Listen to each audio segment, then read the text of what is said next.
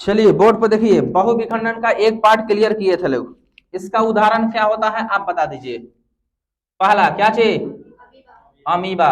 दूसरा प्लाज्मोडियम। ये पहनने वाला कोनो प्लाजो नहीं है, बात आ समझ में। प्लाज्मोडियम एक जीव होता है जो हमारे अंदर रोग फैलाता है। क्या फैलाता है? रोग। ठीक। होता क्या है पहले हम लोग समझते हैं।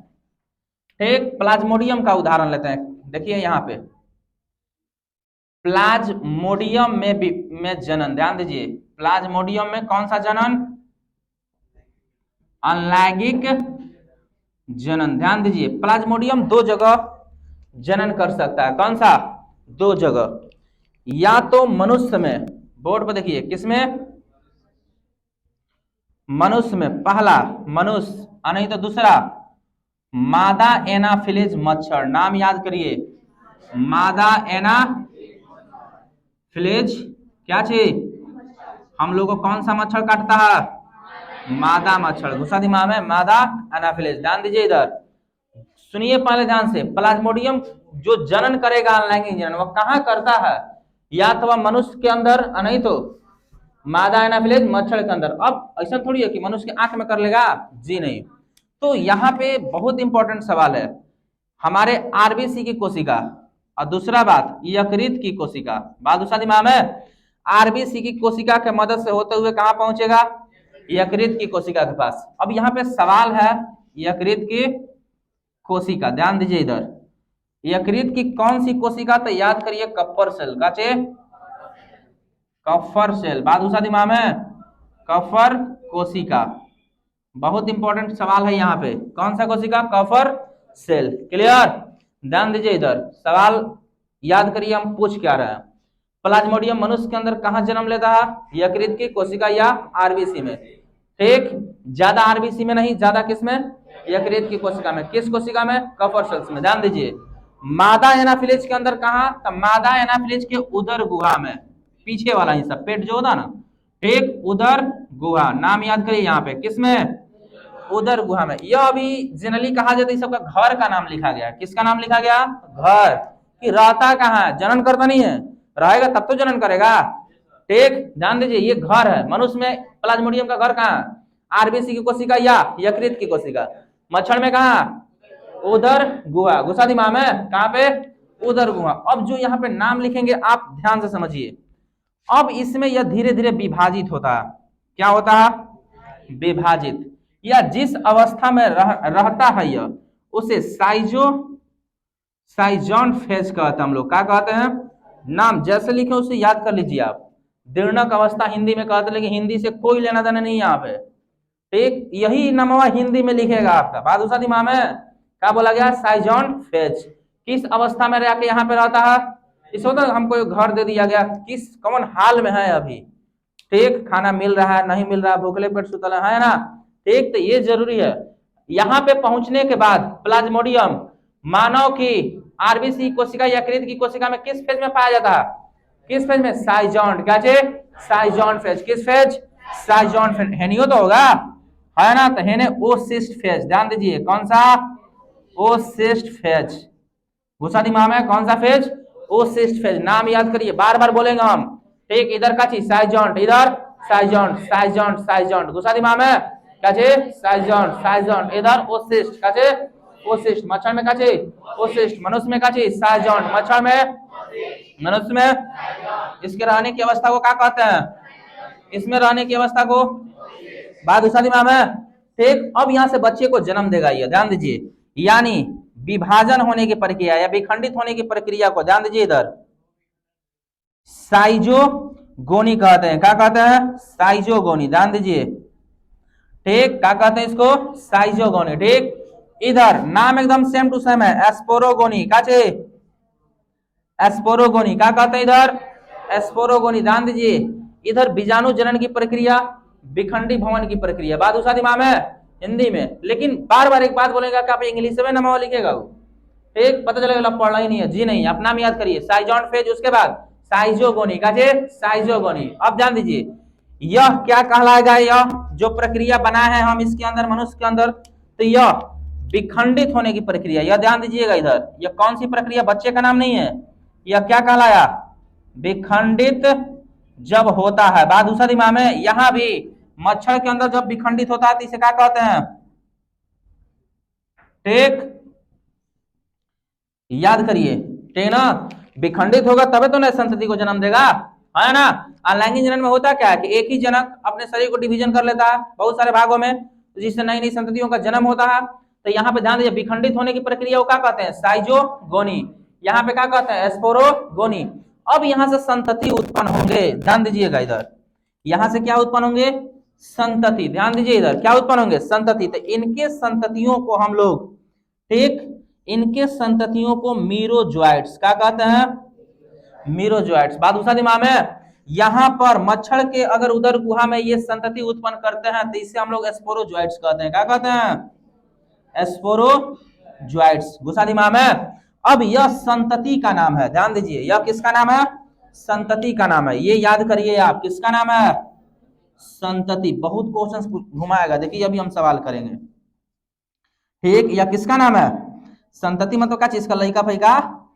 बात दूसरा दिमाग में, ठीक। सवाल पर ध्यान दीजिए, ये रट जी जैसे बना है, ठीक, याद करिए आप। प्लाज्मोडियम का रहने का जगह दो जगह, कहां पे? दो जगह। कहां पे? मनुष्य के अंदर और मच्छर के अंदर। मनुष्य के कहां कहां पाया था? मनुष्य के अंदर तो आरबीसी कोशिका और यकृत की किस कोशिका के अंदर?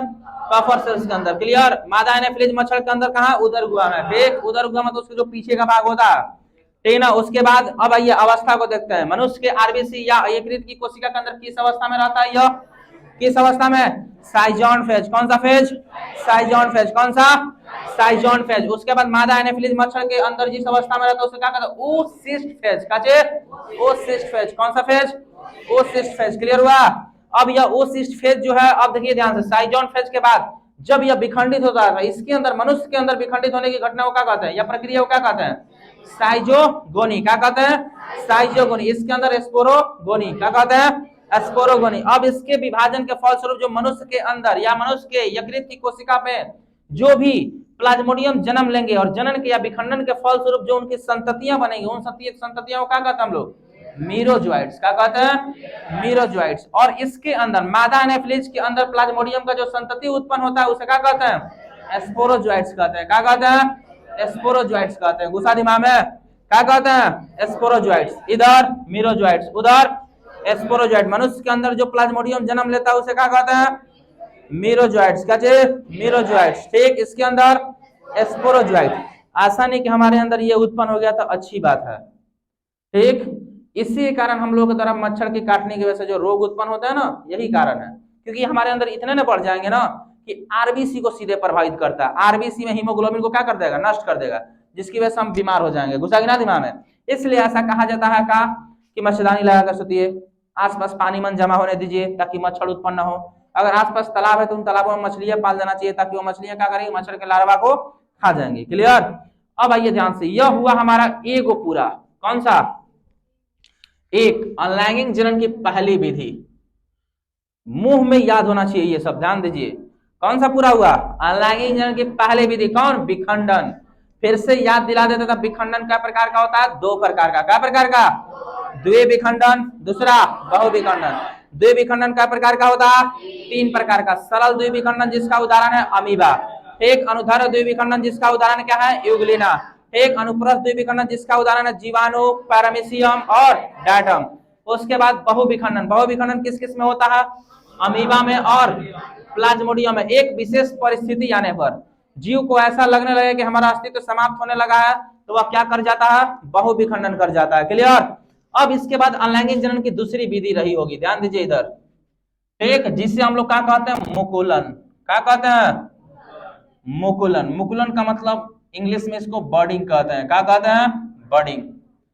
ध्यान दीजिए इधर, आइए पहले फिगर के अनुसार समझाते हैं हम। इसका उदाहरण यहाँ पुट कर दे रहे हैं हम, ठीक ना? हाइड्रा। क्या चीज?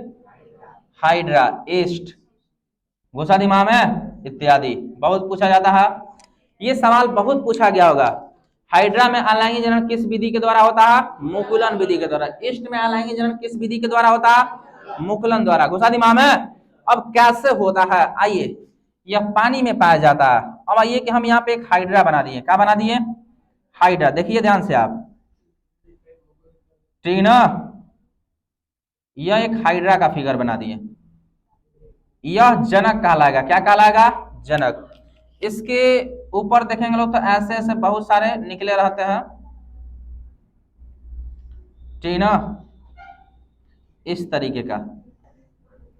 अब सोचिए कि बाल है, बाल नहीं है, फिर से वही समझाएंगे हम। ठीक, संस्पर्शक कहलाएंगे, या एक सिंपल सा भाषा में आप इसको कहिएगा तो फ्लैजिला, जिसमें गति प्रदान करेंगे। ठीक ना, ध्यान दीजिए, या किसी चीज को पकड़ने का काम करेंगे। ठीक, यह इसमें बहुत सारा निकला रहता है। ध्यान दीजिए इधर। अब होता क्या, यह जनन करने जाएगा। देखिए इधर, ठीक, यह क्या करने जाएगा? जनन। तक कुछ समय पश्चात देखिएगा कि इसके ऊपर इस तरीके का फोरा फूल गया है। फोरा नहीं, हम लोग को जलता उलता है तो नहीं निकल जाता है ना? देखे हम लोग क्या निकलता है? अरे किसी का हाथ तो जला होगा कभी, ठीक, निकलता है ना। ठीक,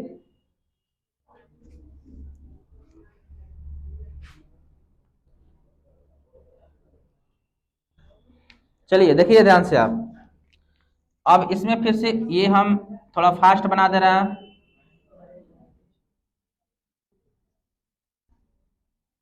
ये हाइड्रा का डायग्राम है। किसका डायग्राम?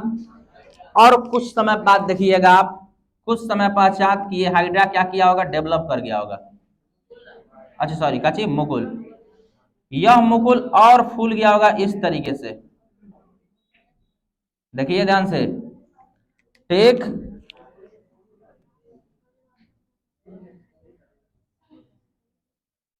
इस तरीके से फूला होगा। देखिए फिगर को, देखिए आज आपके सामने बना रहा है। इसमें से भी फ्लैजिला नाम का ये उग चुका होगा इस तरीके का। जब यह मुकुल धीरे धीरे बड़ा हो गया होगा तो यह अपने मूल जनक से अलग होकर नई संततियों का निर्माण करता है। अब यह धीरे धीरे क्या हो जाएगा? अलग हो जाएगा। आपको दिखेगा एक हाइड्रा और इधर दो हाइड्रा, ठीक ना। क्लियर हुआ? आइए इस प्रक्रिया को हम लोग ईस्ट में देखते हैं। किसमें? ईस्ट में। ईस्ट इस तरीके का होता है जो हमारे खाद्य पदार्थ में भी डाला जाता है। ठीक, ईस्ट यदि हवा के संपर्क में आए तो यह क्या करने लगता है? जनन बहुत तेजी से करता है। इसलिए ब्रेड वगैरह खरीद के लाए होंगे, कभी उसको खुला छोड़ दिए होंगे लोग, तो देखे होंगे कि अगला दिन भुअर ही लग गया, अगला दिन आव लग गया। वो आव खाना में ज्यादा टेस्टी लगेगा, खा के देखिए। और हमारे घर पैसों की तंगी हो तो मम्मी क्या करती है? हाथ से पोंछ के खिया देगी। बात क्या समझे? हम लोग खा लेते हैं, अब बच्चा खा भी लेता है। गांव में ये सब नॉर्मल सी बात है, ठीक ना, क्योंकि वो हमारे लिए बहुत इंपॉर्टेंट है। ऐसा मत सोचिए कि एक पाव रोटी है तो उसको फेंक देंगे, पनीर सुन लगा है उतना दूर से तूर देते हैं लोग, खा जाते हैं लोग। ठीक, हाँ, हालांकि नहीं खाना चाहिए। आइए देखिए इधर, यह ईस्ट का केंद्रक होता है। सुनिए, ठीक, अपना जेनेटिक पदार्थ। देखिए इधर आइए, इसके बाद यह ईस्ट पे सेम टू सेम यहाँ पे फूलेगा। देखिए क्या निकलेगा? मुकुल। क्या निकलेगा? देखिए जैसे यहाँ निकला है, ठीक ना, फिर इसमें आपका जेनेटिक या जेनेटिक मटेरियल होगा इस तरीके का, इसका केंद्रक। ठीक, अब फिर से ये क्या होगा? धीरे धीरे बढ़ता है मुकुल केंद्रक के साथ, और इसके साथ साथ केंद्रक भी विभाजित हो जाता है, और ये दो प्रकार के दो गो ईस्ट बना लेता है। कै गो? दो गो। देखिए इधर बोर्ड पर देखिए आप, ठीक, बात आई समझ में? अब यहां पे देखिए, अब यह जैसे ही हुआ तो यह दोनों मूल जनक से क्या हो जाएंगे? अलग हो जाएंगे। ठीक, और इस तरीके की विभाजन की प्रक्रिया क्या कहलाती है? मुकुलन विधि। ठीक, ये ईस्ट में बनाया गया है और ये हाइड्रा में बनाया गया। क्लियर हुआ? यह किसमें है? ईस्ट में, और ये हाइड्रा में। कहते किसे? आप ध्यान से समझिए, यह हमारा जनक है। क्या है? जनक। जनक का मतलब क्या है? माता पिता। जनक के शरीर पर एक छोटा सा बड निकलता है। क्या निकलता है? इसको हम लोग मुकुल कहते हैं। क्या कहते हैं? यहां भी निकला है ना, ये वाला आकृति निकला है मुकुल। यह मुकुल धीरे धीरे बड़ा होता है और अपने जनक के समान दिखने लगता है। किसके समान दिखने लगता है? जनक के समान, और पुनः जनक से अलग होकर एक नए संतति को जन्म देता है। यह विधि क्या कहलाती है? मुकुलन विधि। मुकुलन विधि कहते किसे हैं? ठीक, सुनिए ध्यान से। अलैंगिक जनन की वह विधि जिसमें जनक के शरीर पर एक मुकुल बनता है। क्या बनता है? मुकुल। और कुछ समय पश्चात यही मुकुल जनक के शरीर से अलग होकर एक नए संतति को जन्म देता है। इस विधि को क्या कहते हैं? मुकुलन विधि। आप परिभाषा पुट करिएगा खुद से। क्लियर हुआ? है ना? बोलिए। अब ये हुआ आपका दो। ध्यान से देखिए। चलिए यहाँ क्लास रोकते हैं, उसके बाद थोड़ा सा प्लाज्मोडियम के बारे में समझते हैं। और ठीक,